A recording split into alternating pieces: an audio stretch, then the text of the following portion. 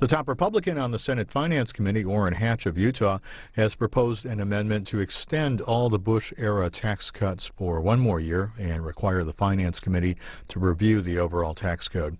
Senate just underway. We go live now to the floor of the U.S. Senate here on C-SPAN 2.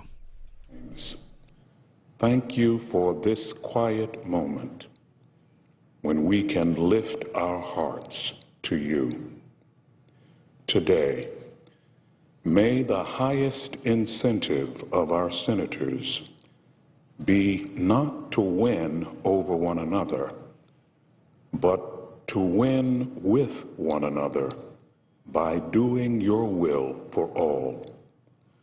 Lord, make them faithful agents who are determined to bring your purposes to pass.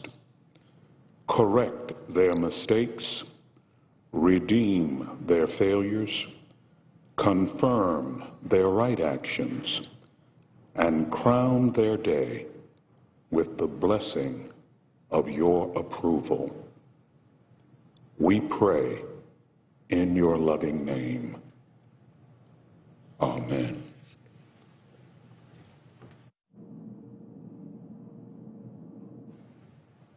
Please join me in reciting the Pledge of Allegiance.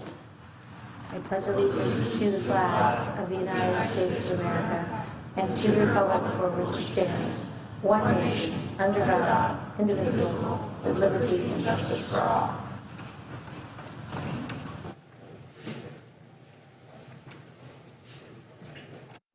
Clerk will read communication to the Senate. Washington, D.C., July 11, 2012. To the Senate, under the provisions of Rule 1, Paragraph 3 of the Standing Rules of the Senate, I hereby appoint the Honorable Kirsten E. Gillibrand, a senator from the state of New York, to perform the duties of the chair. Signed, Daniel K. Inouye, President pro tempore. Madam President, Majority Leader. what is the matter now before the Senate?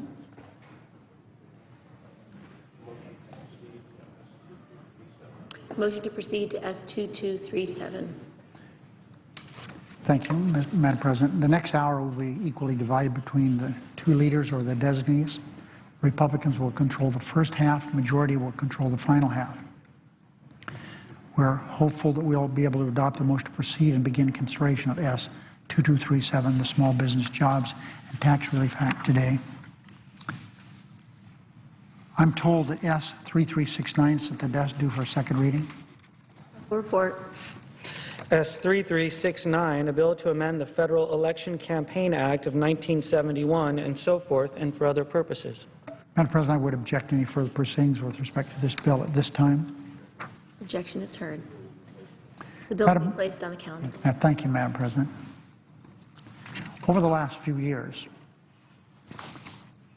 Americans that are very, very wealthy have taken home the greatest share of the nation's income since the 1920s. That's 90 years, Madam President.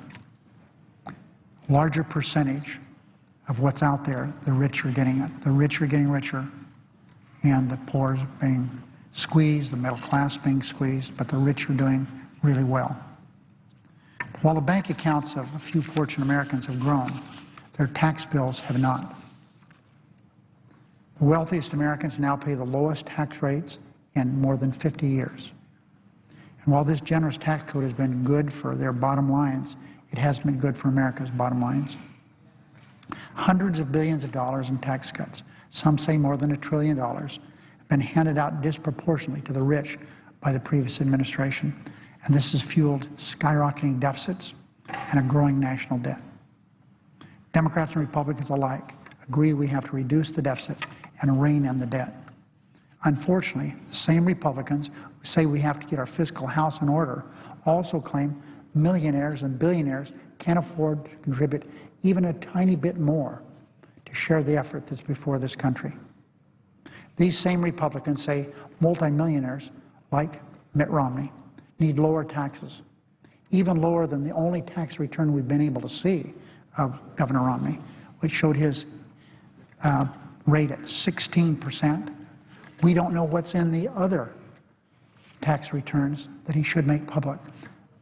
The same tax returns that were made public by his father, who started the everyone who's run for president since then, followed. George Romney set an example that his son should follow. We'd like to know what's in those tax returns that he refuses to show the American public.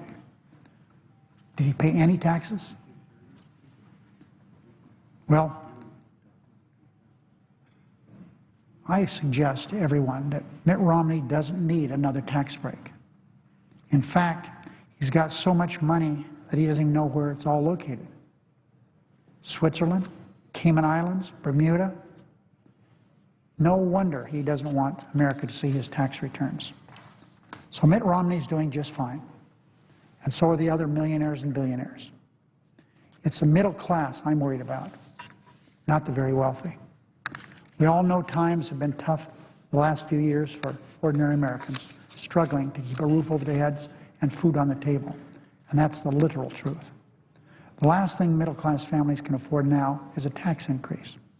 That's why Democrats want to keep taxes low for 98% of Americans, including almost 98% of small businesses, everyone making less than $250,000 a year. But while Democrats are focused on how we can help 98% of Americans, Republicans are focused on how they can help Mitt Romney and the rest of the top 2%. And they're willing to hold tax cuts for everyone hostage just to protect tax breaks for the top 2%. Now, Democrats don't agree that the top 2% of wage earners can't afford to pay the same tax rate they paid when Bill Clinton was president. Remember, Madam President, that was when the budget was balanced and we were actually paying down the debt, and some complained we were paying down the debt too quickly. Well, 8 years of the Bush administration took care of that. The $7 trillion surplus over 10 years was wiped out. Still, we're willing to have that debate with our Republican colleagues. We're willing to discuss it reasonably. But we don't believe middle-class families should wait and wonder and watch and worry whether their taxes are about to go up while Congress has that conversation. We shouldn't wait until the last second to act. Here's what one major newspaper wrote yesterday about the need to act, and I quote, "The majority of Americans and the broader economy should not be held hostage again to another debate over the merits of tax cuts for the wealthy. There will never be consensus for solving our nation's budget problems without first ending the lavish tax breaks at the top." End of quote. So I call on my Republican colleagues to help us give 98% of American families the certainty and the security they need, and to do it now, right away. I call on them to help us pass a tax cut that will benefit the middle class without bankrupting our nation. Because it's time we faced facts. If we're serious about reducing the deficit, we can't keep handing out more tax breaks to the richest of the rich. We'll have to make difficult decisions about where to cut and where to invest to keep our nation strong. But whether we keep taxes low for middle-class families shouldn't be one of the difficult decisions we make. I haven't heard anyone, Democrat, Republican, Independent, say we should raise taxes on middle-class families. I have not heard anyone say that. This is an area where we can easily find common ground. So what's stopping us from doing the right thing and doing it now? I hope it won't be more Republican hostage-taking on behalf of the top 2%. Madam President. Republican leader. Earlier this week, the President reiterated his long-standing desire to raise taxes on small businesses earning over $250,000 a year. I and all of my Republican colleagues oppose this tax hike for the same reason the President himself opposed it just 2 years ago, because raising taxes would only make a bad economy worse. But here it comes again, sort of like a bad penny. The liberal crusade for more government, regardless of the circumstances, the impact it would have on working Americans or the broader economy. On Monday, the President issued the following reckless ultimatum. Let me raise taxes on about 1 million businesses, the President said. Let me raise taxes on about 1 million business owners, and I promise I won't raise taxes on anybody else. In the face of 41 straight months of unemployment above 8%, the President is begging Congress to let him raise taxes on the very businesses the American people are counting on to create jobs. It was the exact opposite, of course, of what is needed. for some reason, he thinks a tax hike is his ticket to re-election. He says it's fair. Well, I don't think most Americans think it's particularly fair for a government that doesn't do a thing to live within its means to take even more money away from those who've worked and sacrificed to earn it, only to waste it on some solar company or on one more government program we can't afford. We've seen this movie too many times in the past. And frankly, we don't have the luxury to waste any more time arguing about a question that's already settled for most people. The problem here isn't that the government taxes too little, but that it spends too much. What the American people need right now isn't a lecture on fairness. They don't need a lecture on fairness. They'd like to have some certainty. And that's why today I'm going to call on the Senate to provide just that. I've already called for a one-year extension of all the current income tax rates. Today I'll go further by asking consent that we set up two votes here in the Senate, two votes, one on the President's proposal to raise taxes on nearly 1 million business owners in the middle of the worst economic recovery in modern times, and another that would extend current income tax rates for 1 year and task the Finance Committee to produce a bill that would enact fundamental pro-growth tax reform. Extend the current tax rates for 1 year and charge the Finance Committee with coming up with a proposal within that year for pro-growth tax reform. It's been over a quarter of a century since we last did comprehensive tax reform. We all agree on a bipartisan basis we need to do it again. The Senate should make itself clear which policy it supports, and this is our chance to do it. On Monday, the President said if the Senate passes this tax hike on small businesses, he would sign it right away. That's what he said Monday, 2 days ago. I can't see why our friends on the other side wouldn't want to give him the chance. So with that, Madam President, I ask unanimous consent that at 2 p.m. today, the motion to proceed to S-2237 be adopted, and that the first two amendments in order to the bill be the Hatch-McConnell Amendment number 2491, which would provide for the extension of current rates while we work on tax reform, and a Reid or designee amendment to enact the President's proposal, which, as I've said, would impose job-killing taxes on nearly 1 million business owners. Is there an objection? Reserving the right to object. We've been here before, Madam President. We try to legislate here. The program of the Republicans in the Senate has been to divert and deny and obstruct. We have before this body, I asked the presiding officer when we started, what are we doing here today? We're on a small business jobs bill. It's a pretty simple piece of legislation, but extremely important. It would give businesses across America that are small businesses, 500 employees, it would give them, and that's where most jobs are created, it would give them a 10% tax credit for hiring more people. It would also give them the ability this year to purchase equipment and write that off. It would be great for the economy. We're told by outside experts it would create about 1 million jobs. Well, what we have before us is something that the Republicans in the House have sent us their version of this. It's the Help Paris Hilton legislation. It would give people like her a tax break for doing nothing. Nothing. $46 billion of the American people's money to help Paris Hilton and others. It would give people a tax break for doing nothing. Nothing.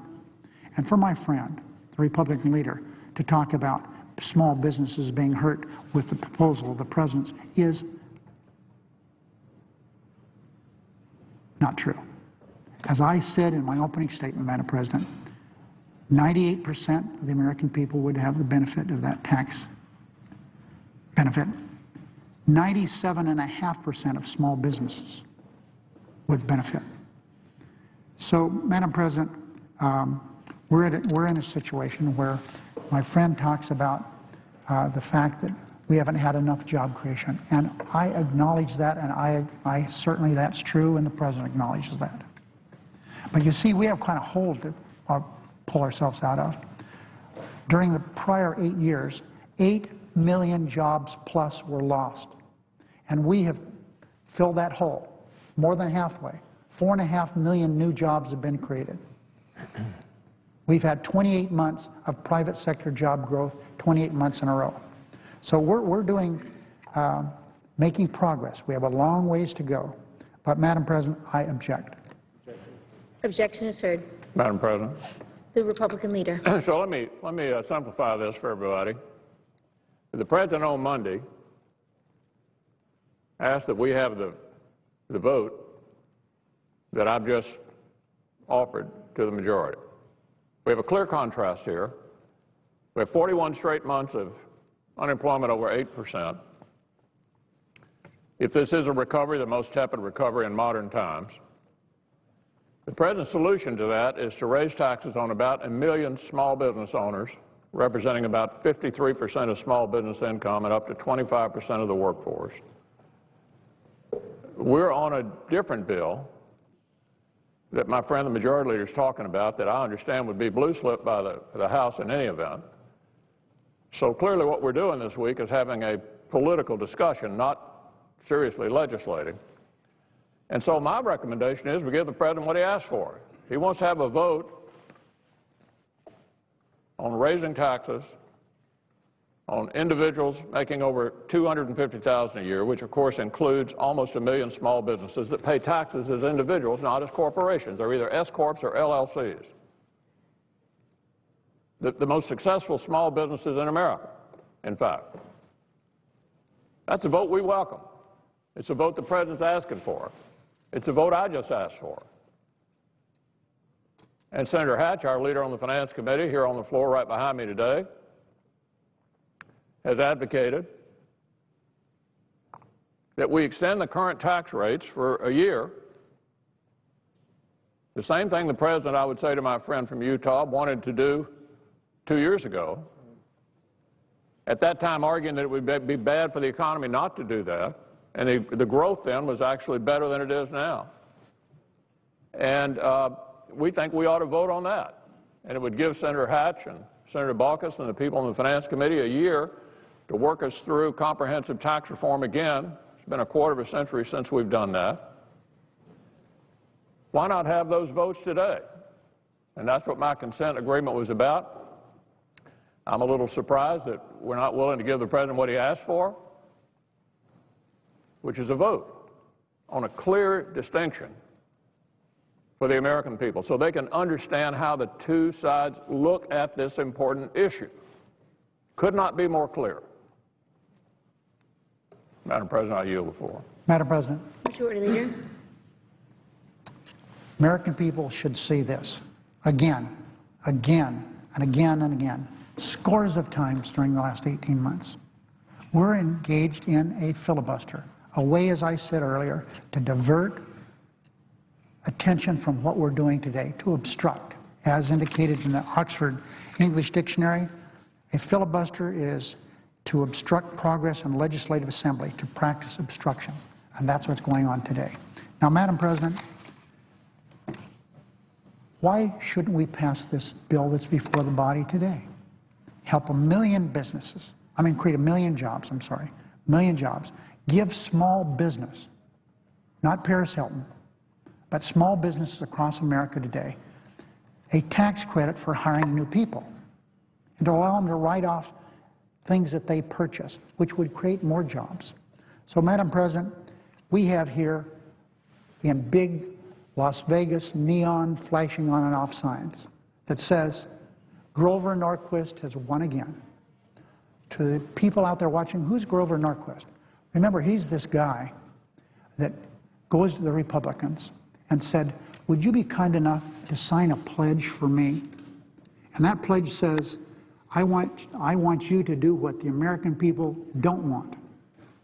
and that is we will not tax the rich at all, not even a tiny bit. Sign this pledge, will you? Of course. And they all sign. The American people, Madam President, Democrats, Independents, and Republicans agree that the richest of the rich should pay a little bit more. But we're now involved in a filibuster to divert attention from an important piece of legislation. Let's pass this legislation. We'll go on. We're welcome to have. We'll have this tax debate. We'll fine. We'll be happy to do that. But let's get this done first. And so, Madam President, as most people know, I appreciate my friend, the Republican leader. I know he has a job to do. But let's get away from this pledge. Let's go on and start legislating and not have to break filibusters on virtually everything we do. President. Leader. I think we've just witnessed here a new definition of a filibuster. My good friend, the Majority Leader, I gather, is accusing me of filibustering when I'm trying to get a vote. Not one, but two. A vote on what he says he's for, what the President says he's for, and a vote on what Republicans are for. So we have here a brand new definition of a filibuster. Even when you're trying to get votes and they're objected to by the other side, somehow that's a filibuster. Now, my good friend talks about what would help small businesses. I think we ought to ask them. Would they prefer the underlying bill, which the Majority Leader has called up and we have voted to proceed to, or would they prefer not to have their taxes go up at the end of the year? Talk about a no-brainer. I don't think there's any question what small businesses would rather have.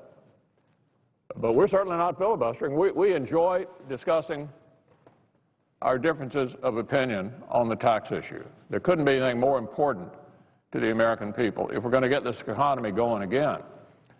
And certainly trying to set up two votes, number one on what the President's asking for, and number two on what Republicans think is a better alternative, could not, in my view, meet the definition of filibuster.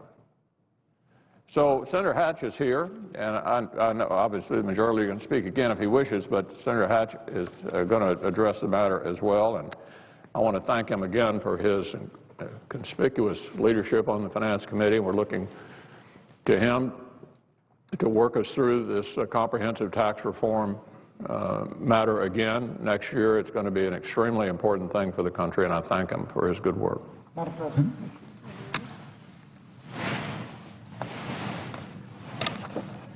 When I came here this morning, I repeat for the third time, I asked what the business was before this body. Small Business Jobs Bill. And of course, there's been a direct attack on that legislation by saying, well, let's do something else. Let's not do this right now. We'll do something else. No, I understand the definition of filibuster. I understand it very clearly. From Dutch, freebooter, one of a class of piratical adventurers who pillaged the Spanish colonies in the West Indies during the 17th century, one who engages in unauthorized and irregular warfare against foreign states. Now, they go on to say, in the United States, to obstruct progress in the legislative assembly, to practice obstructionism. Yeah, they are trying to as the freebooters here, to steal legislation and move to something else.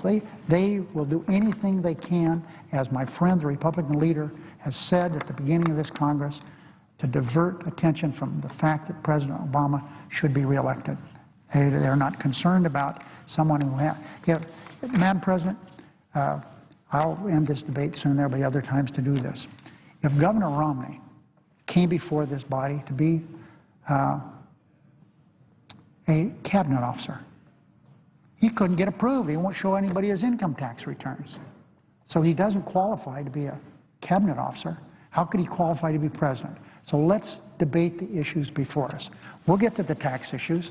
That way we'll be able to talk in more detail about Governor Romney's taxes. But right now, before this body is a small business jobs bill. Senator from Utah. Under the previous order, the leadership time is reserved. Under the previous order, the following hour will be equally divided and controlled between the two leaders or their designees, with Republicans controlling the first half and the majority controlling the final half. Madam President. Senator from Utah. Madam President, this is really an amazing moment as far as I can see. Sometimes for those watching on C-SPAN, the Senate, with its unique rules, can seem like a pretty arcane place. The impact of unanimous consent requests are not something that ordinary folks talk about. So let me put this in plain English. The Senate's Republican leader has just made a remarkable offer to our friends on the other side, the Democrats. We hear all the time from the left that the Republicans refuse to do anything in the Senate, which certainly is mind-boggling. Remember this episode the next time you hear that. My friend and colleague, the senator from Kentucky and Republican leader Mitch McConnell, presented this body with an opportunity to take a stand, to take a vote, and two votes as a matter of fact, and to show the American people our cards on the most important issue facing this country, the coming fiscal cliff. In exchange for a vote on the amendment I introduced to extend all of the 2001 and 2003 tax relief for 1 year, the Republican leader agreed to a vote on the President's counteroffer that would increase taxes on families and small businesses. You heard that right. The Republican leader offered a vote on President Obama's plan to raise taxes. And the Democratic leader rejected this offer. It's mind-boggling to me. Senate Democratic leadership turned down an opportunity to vote on President Obama's tax increase bill, the bill that he insists is the only acceptable way to address the fiscal cliff. After today, all of the President's surrogates, if they are honest, will have to rewrite their talking points about the do-nothing Republicans in the United States Senate. Senate Democratic leadership is effectively filibustering, and that's the real use of the term, the President Obama's tax increase bill. Did everyone out there hear that? They are filibustering their own bill by not agreeing to equivalent votes here. So what does that tell us? Here's what it tells us. It tells us that the President's tax increase plan is not just an economic disaster, it's a political loser, and they know it. It tells us that in spite of the big talking from the President's Chicago re-election campaign about evil Republicans who want to extend all of the 2001 and 2003 tax relief, vulnerable members of the Senate's Democratic Conference do not want to be anywhere near the President's tax increase alternative. To borrow from the film Top Gun, the President's campaign is writing checks that Senate Democrats can't cash. Or as we Westerners like to say, the President's all hat, no cattle. He's tipping his tax increase Stetson, but he does not have enough of a herd in the Senate to follow him. And keep in mind, the Democratic leadership is not just filibustering the President's tax increase proposal.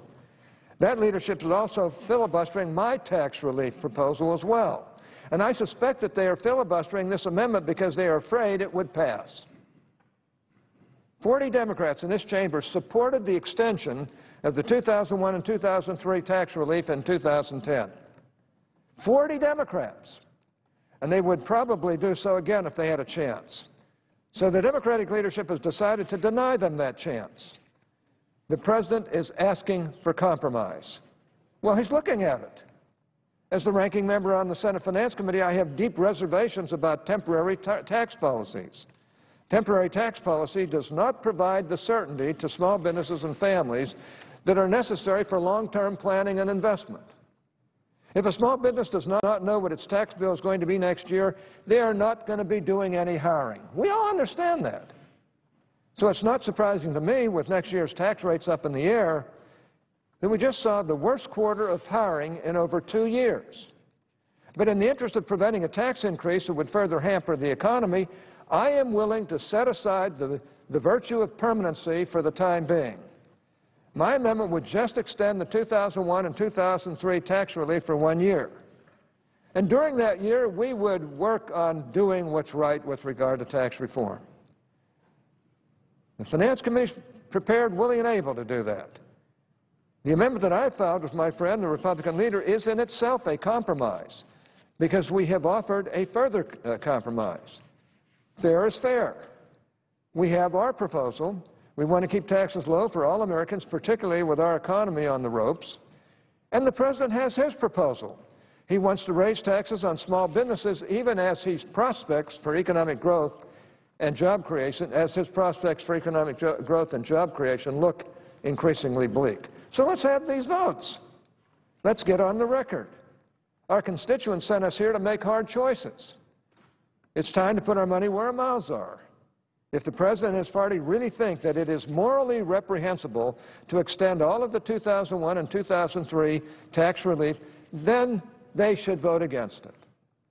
If they really think that raising taxes is the way to go, then vote for the President's plan. Madam President, I wish I could say that I was shocked, but this is just par for the course. We've been watching this now for a couple of years. I know that the hand-wringing Washington pundits like to blame Republicans for the lack of progress on the fiscal cliff. But this episode should show once and for all what a fiction that is. Republicans are ready to act. They are ready to vote. We can vote on my amendment to extend tax relief to all Americans and on the President's proposal to deny that tax relief to small businesses. We can do what our constituents sent us here to do. We can vote and let the better plan win. The Democratic leadership, fearful of the embarrassing reality that their own conference has serious reservations about the President's tax hiking agenda, is now filibustering their own bill. And they're now filibustering President Obama's signature tax policy. Those who continue to talk about the President's re-election prospects in glowing terms need to reevaluate that narrative. President Obama thinks that, that the ticket to his re-election runs through Tax Hike Valley. He is going to succeed where Walter Mondale failed. President Obama's signature economic policy is a promise to raise taxes on job creators when we are facing the 40th straight month of unemployment in excess of 8%. You don't need to do a sophisticated poll to figure out how popular this policy is in swing states or with independents. Just look at what happened here this morning. Republicans offered a vote on the President's plan, and Democrats balked at the opportunity. Democrats are filibustering President Obama's signature domestic policy, a bill to increase taxes. And they are doing so because many members of their own conference know that a vote for these tax increases would sink them back home. They know that. Madam President, this is a pathetic spectacle, made even more so by the fact that time is running short. The fiscal cliff is approaching, and families and businesses need to know what their tax rates will be next year. To date, the Senate's Democratic leadership has done absolutely nothing to provide that certainty. It really is disgraceful what we're witnessing this morning. We need to put politics aside and have these votes. Madam President, I renew the Republican leader's unanimous consent request. I don't see any Democrats here, so I will not make that without them here. But I would renew it and ask that we immediately proceed to debate and votes on my amendment to extend tax relief to all Americans and on the President's tax increase plan. President Obama seems to think that he has a winning issue here. It might be good for him, but delaying resolution of these tax rates is putting partisan goals ahead of the common good. And the American people deserve better than this. And what really is mind-boggling to me is for our leader to tie up the parliamentary tree so no real amendments can be voted on, and we offer him a vote on the President's proposal, and he accuses us of filibustering when he refuses to allow that vote? Now, for that, we'd like to have a vote on our proposal for the 2001 and 2003 tax relief that we know needs to be effectuated. And then what really boggled my mind is when the leader talked in terms of Republicans are filibustering. Give me a break. We've asked for two major votes, one on the President's own proposal and the other on my proposal to extend those tax cuts for one more year, during which both sides should come together and work together, compromise together, and come up with a new reformed tax code that doesn't continue to eat us alive. Madam President, I'm absolutely amazed at what happened here this morning. And with that, I yield the floor. Madam President. Senator from Indiana. Madam President, I came down to the floor early, lining up in the queue here to talk about taxes and the proposal that has just been discussed. I've sat here in amazement as a senator from Utah has just expressed, and as the minority leader expressed, the redefinition of filibuster. It was a tortured effort on the part of the majority leader to try to redefine it in a way that had just the opposite effect of what a filibuster really is. I wish the majority leader had been in our caucus luncheon yesterday when we debated whether or not we would vote against the cloture motion to proceed on this bill. And the consent of our caucus was no. We welcome a debate on taxes. We welcome the opportunity to move forward and discuss our two visions of how we need to revive this economy. And so let's not use a parliamentary trick or a parliamentary procedure to avoid that debate and to avoid a vote on the President's proposal. We realize that there was the opportunity for the majority leader to use parliamentary tricks and procedures in order to deny us the opportunity to offer our own version of what we thought we should do with our tax code and provisions, particularly as it reflects this particular tax on small business. But we welcome the opportunity to come and debate that and work through and hopefully make an offer that was acceptable. And so the majority leader comes down here this morning, or the minority leader, excuse me, comes down here this morning and turns to the majority leader and says, we're going to give you your vote. We're not going to use parliamentary procedures to prevent you from having your opportunity to vote on your proposal, the President's proposal. And by some tortured way of opposing this, the majority leader essentially said, there you go again, Republicans are filibustering. And I think we all just sat here with our mouths agape saying, have we missed something? We're offering to give you your vote. Now, it's clear that this center aisle divides, not completely, but divides us in terms of how we think we should go forward in dealing with this very sick, anemic economy. There is probably pretty close to a consensus that tax reform needs to be an essential part of what we need to do. In a bipartisan way, Congressman Ron Wyden, a Democrat from Oregon, and Dan Coats, a Republican from Indiana, have been working for a year and a half now on something that was started with a former Congressman, Senator, I said Congressman, Senator Wyden. We both were in the House together, so we still sometimes throw that word congressman in. Maybe we're hearkening back to our House days. Senator Gregg, who is now retired from service, distinguished service here in the Senate, worked with Senator Wyden for 2 years in putting a package together, a comprehensive tax reform package. It's the only plan out there that has been written, that has been scored, that is available for debate and available for to the tax writing committees to use as a basis or a foundation or parts of it or all of it or whatever in forming their own version to bring forward. But there is a bipartisan consensus that we ought to move forward on comprehensive tax reform. Senator Hatch, our Republican leader of the Finance Committee, which is the committee responsible for writing that bill, has said that piecemeal is not the way to go. Anybody who's analyzed our current situation understands that. Comprehensive is, but even he agreed that in this instance, given the situation that we now face, he would accept going forward with a short-term proposal that would allow us and give us a year to put together a comprehensive tax reform. The last one occurred in 1986, so it's more than time. With all the credits and subsidies and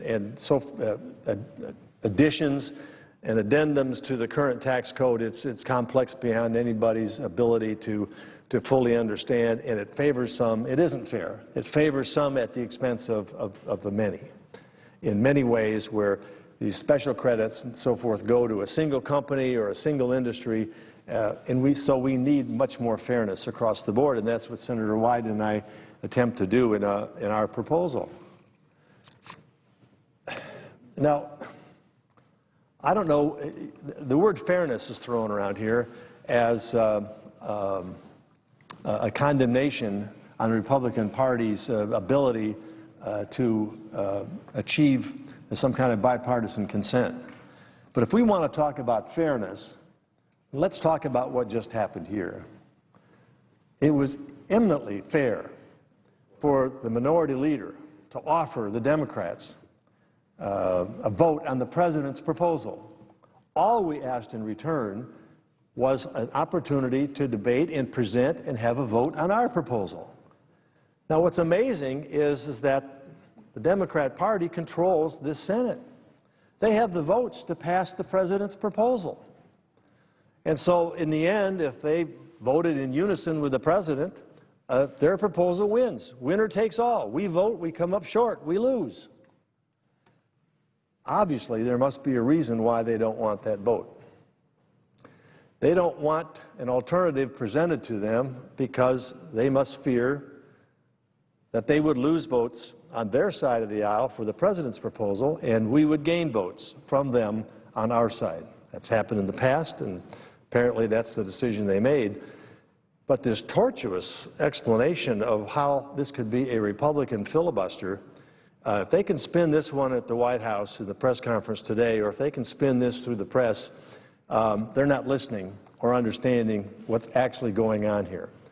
What's going on here is a decided attempt by the majority leader to protect his party from having to take a vote for or to go against. And that if the American people want anything out of this body, and if they're disgusted with anything that comes out of this body, is people go home and say, well, we didn't have a real vote on that. There was a procedural this or that, and it got stopped here and modified there, or the others tied up the legislative tree. What in the world does that mean to most people outside of this body? They use some procedural way to avoid a real vote. They want our yes to be yes and our no to be no. And we are offering to the Democrat leader, we are offering that opportunity. Let your yes be yes and your no be no on the specific bill before us. And then go home and explain to your people why you voted yes and why you voted no or voted no. And then they decide in this democratic process whether they want to send you back or send somebody else back for you. And the American people aren't getting that kind of clarity right now, and it's no wonder they're disgusted with a whole bunch of us. And if they were watching this morning, and they probably weren't, it's 10 o'clock in the morning when we're talking about this, but if they get a fair treatment in the press over what happened here this morning, they will easily grasp and understand that what was proposed by the Republicans was nothing but fairness, and what was opposed by the other party was nothing but unfairness. What could be more fair than giving each side, in a divided vision of how we should go forward, their opportunity to debate what they believe in and to call a vote for it, and winner takes all. And particularly from the party that has the votes to win and the party that has the votes not to win, why not have the vote? What do you got to lose unless you think you're going to lose your own people or not want to put them on the line for having a yes or a no clear for the American people to understand? Now, I have totally diverted from what I was going to say this morning. Well, not totally, but I was just so amazed by what took place down here, I could not help but comment on it. So we'll see how this all gets spun out by the White House. We'll see what next diversionary tactic they can use to stop us from talking about the number one, number two, and number three issue facing this country, and that is this anemic economy. 80,000 jobs. People say, well, that's, we're on the right track. That doesn't even replace the number of people that are retiring, let alone add new jobs. How many college graduates this spring, are living in the basement of their parents' home? And that's happened now for more than 3 years. There are millions of people, millions, tens of millions of people that woke up this morning with no job to go to. There are 10 more million people or more that woke up with a job far below their abilities or their training. So 80,000 jobs, let's put this in perspective, is far below what we need just to break even, just to give anybody a new shot and a new chance. We have had 3.5 years of policies of this administration which have not improved the situation, and in fact, some have said is making it worse. We all know we've come through a tough time. We all know that just sticking the blame against one side or the other really isn't the solution. The solution is, how do we put sensible policies in place that will get this economy moving again? And one of those policies is comprehensive tax reform. Once again, I bring up the Wyden-Coates bill. It's been out there, it's written, it's scored, it's available to take up right now if that was the case. But because the tax writing committees have a jurisdictional right to have a say, and because it is a complex process, they would like some time to put it together. So Senator Hatch's proposal, eminently fair, is to basically say, let's not Band-Aid the tax code now with something that's not going to make much difference at all, and in fact negatively impact, we believe, on small businesses around the country. I just had a small business group in my office yesterday basically saying, the President talks about the middle class. That's who I hire, they say. That's who's working in our business. They put a tax on me, the owner of the business. Actually, it's a tax on the business. The pass-throughs, the non-corporations, the millions and millions of non-corporations that exist here, where from a tax basis, everything flows through to that individual taxpayer. So I'm the guy who owns the business. I'm the guy that makes the decision on hiring. I'm the guy that has to put the health care plan together. I'm the guy that hires the people and pays the people. You tax me more, I don't have the same flexibility to hire or to expand or to buy equipment or to expand my factory or to hire more people. So, yeah, you can go out and spin it like I'm a rich guy, but because I've chosen a certain way in order to form my business, not as a corporation, I'm taxed in an entirely different way than corporations. But if you go out and say we're giving the middle tax a break, and you're hiring the people who employ the middle class, and you're raising their taxes, you're hurting the middle-class people, the very people that the President says he's trying to protect. He's hurting by raising this tax. And the President himself said in his campaign and throughout his presidency, the worst thing you can do is raise any taxes during a time of economic distress. I don't care if you're Paul Krugman or you're the most conservative economic analyst out there. There is a widespread consensus that the last thing you do is raise taxes at a time of stagnant economy, non-growing economy, recessionary economy. It's the last thing you do. Dan Coates just said that. Respected economists on the left and the right said that. But the President of the United States said that as a candidate and throughout his presidency. And in 2010 said, the last thing we should do is raise any taxes. And now he's turned around and say, well, let's tax up to 1 million small businesses, because obviously they can spin that and play that in what sounds like a politically opportune way. So it's a direct contradiction coming out of the President's mouth, coming out of the mouths of others. Simply a election year political class division ploy to divert from the miserable record under this administration in terms of dealing with this economy. They frankly, if they know what they're, well, you can hardly conclude anything but the fact that they just don't know what they're doing. But even if they know what they're doing, their policies have not worked. And so whether it's Republicans or Democrats, if you've done something for 3.5 years and it hasn't worked, isn't it time to look at a different set of policies? And that's what we wanted to debate here. But the majority leader is not allowing us to debate here, and in some excruciatingly twisted way is saying Republicans are trying to prevent us from going forward. It boggles the mind. And I guess I'll stop for that and yield the floor. Thank you, Madam President. Senator from Massachusetts. Thank you, Madam President. I've enjoyed the previous speakers. Very interesting. I want to shift gears a little bit, though, and talk about Senate 1728, which is the Stolen Valor Act of 2011. As many of you know, the Supreme Court recently struck down the Stolen Valor Act of 2005, saying that lying about military awards, records, and service is protected by our First Amendment rights. The court has ruled, but let's be clear, it's wrong and cowardly for people to make fraudulent statements in order to receive distinctions they have not earned. Let me just say that again. It's wrong and cowardly for people to make fraudulent statements in order to receive distinctions they have not earned. As a 32-year member of the Army National Guard, still serving, I feel very strongly about this issue and believe we need a federal law to punish those who seek to benefit from making false claims and steal the true valor of our heroic men and women in uniform. My bipartisan, bicameral Stolen Valor Act of 2011 reminds me of the bill that we worked on, the insider trading bill.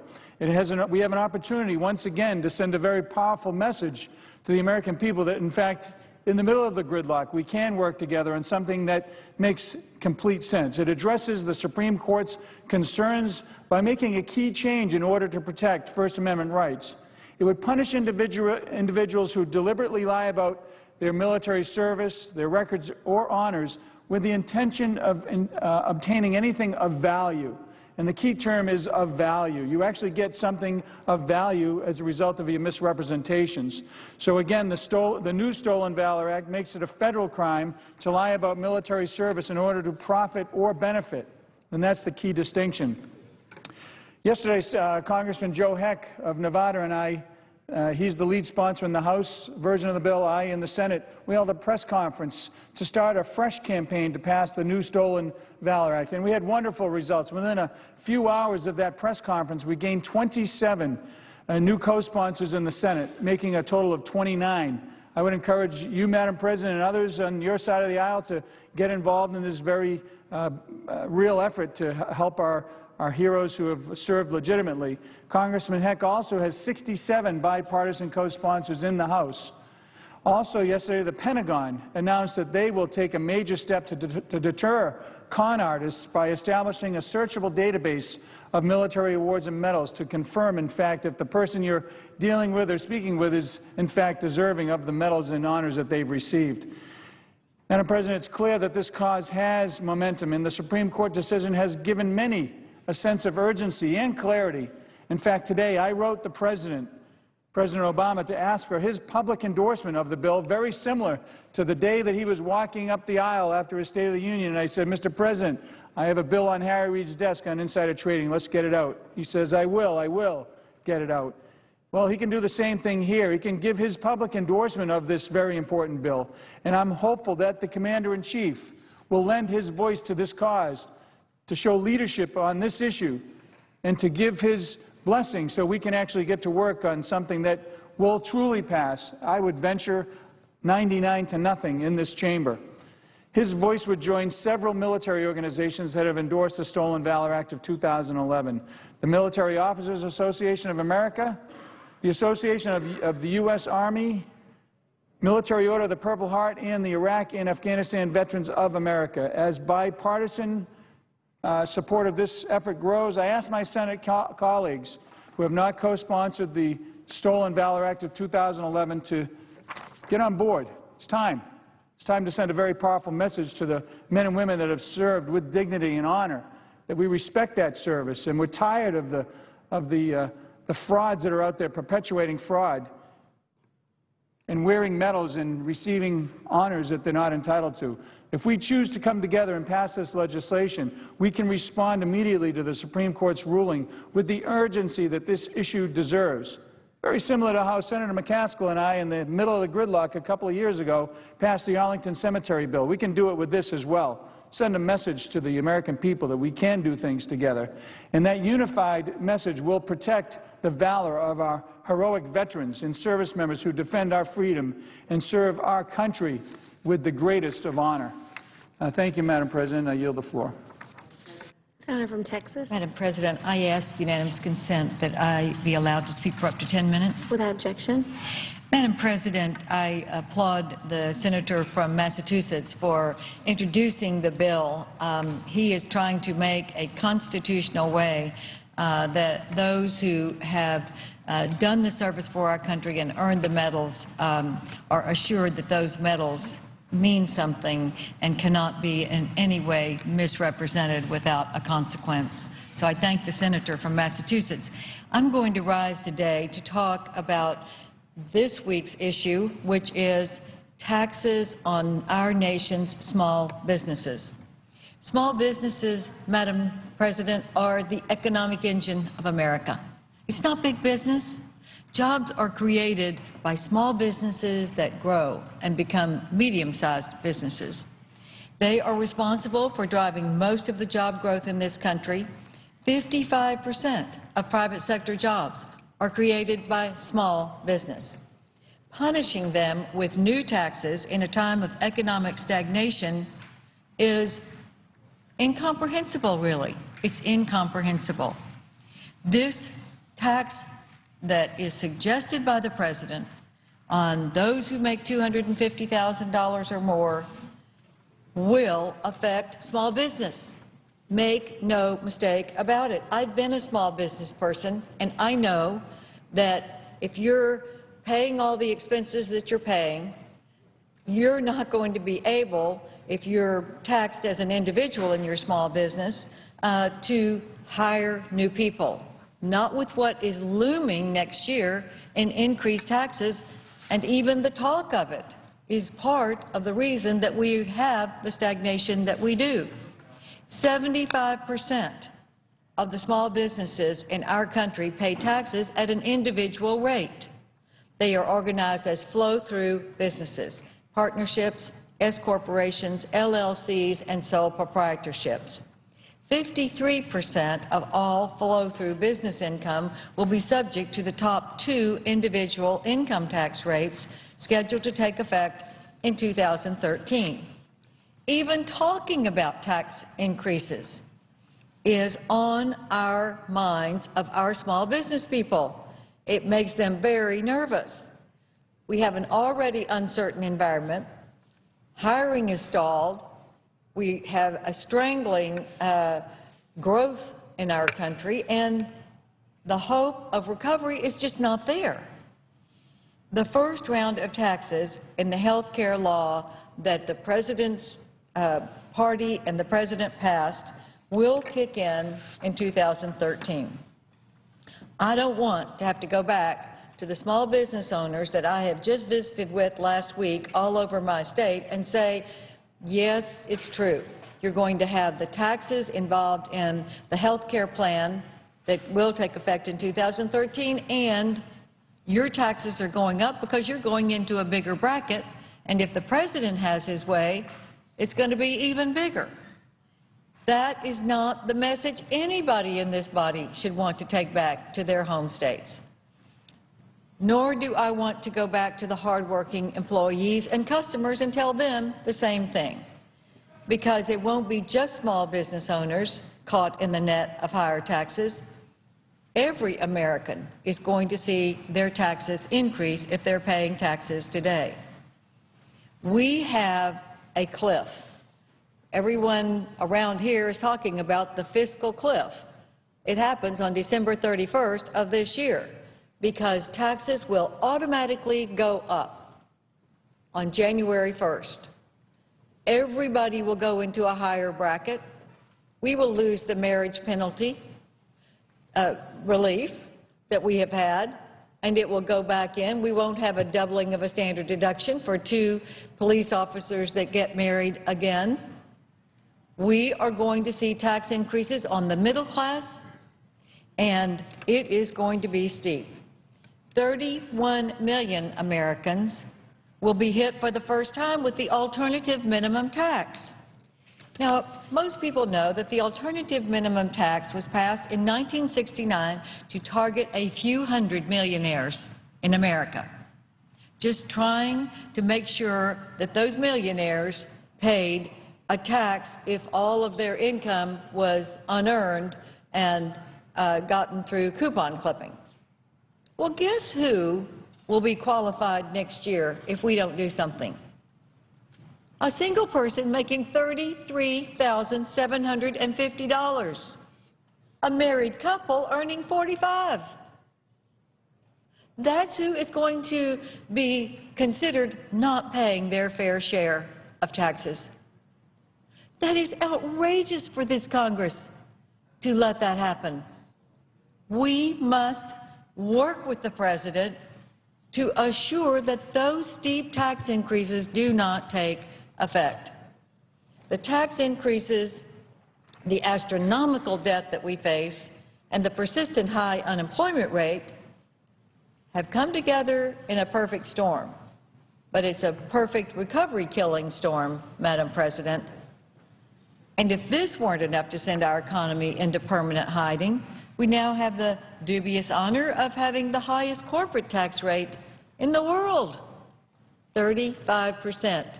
We used to be second, but Japan had the good sense to lower their rate, so now it is America that holds that dubious honor. This is not a recipe for growth, Madam President. Is it any wonder why we have a recurring over 8% unemployment rate in this country? If we don't do something before the end of this year, if you're employed, you're going to pay more taxes next year, and if you're not employed, it's going to be harder to find a job. So what is the answer? Well, the answer, of course, we all know, is for this Congress and the President to do something before the election. Now, Senator Reid has introduced a tax bill. It is a bill that will provide 2 temporary tax credits, but a 1-year temporary tax credit, Madam President, is really not enough. I mean, we all, or many of us, voted to go to this bill because we'd like something to start with. And I hope that the Majority Leader is going to allow amendments, because there are many amendments for us to try to cobble together a bill that will really make a difference in our economy. So it's a start, and I'm going to give the leader credit for that. But a real long-term solution is what business is looking for. If you have a 1-year tax credit, you're going to get a 1-year plan. And a 1-year plan is not going to encourage people to be hired. It's not going to encourage employers when they're seeing 1 year and knowing that Congress is going to do what it has done so often, and that is get to the last of the year and then cobble something together, and maybe it'll last a year, and maybe it'll be the same, and maybe it won't. That is not the way business works. They have to plan. They have to know what they're going to have in the next 5 years in expenses, so they know what they can produce and what they can charge for it. That's the private sector. Madam President, we should be focusing on the underlying issue. It should be tax relief and tax reform. We can alleviate the employer's conundrum and get them to start hiring if they know what to expect, and a 1-year fix will not do it. We need long-term tax reform.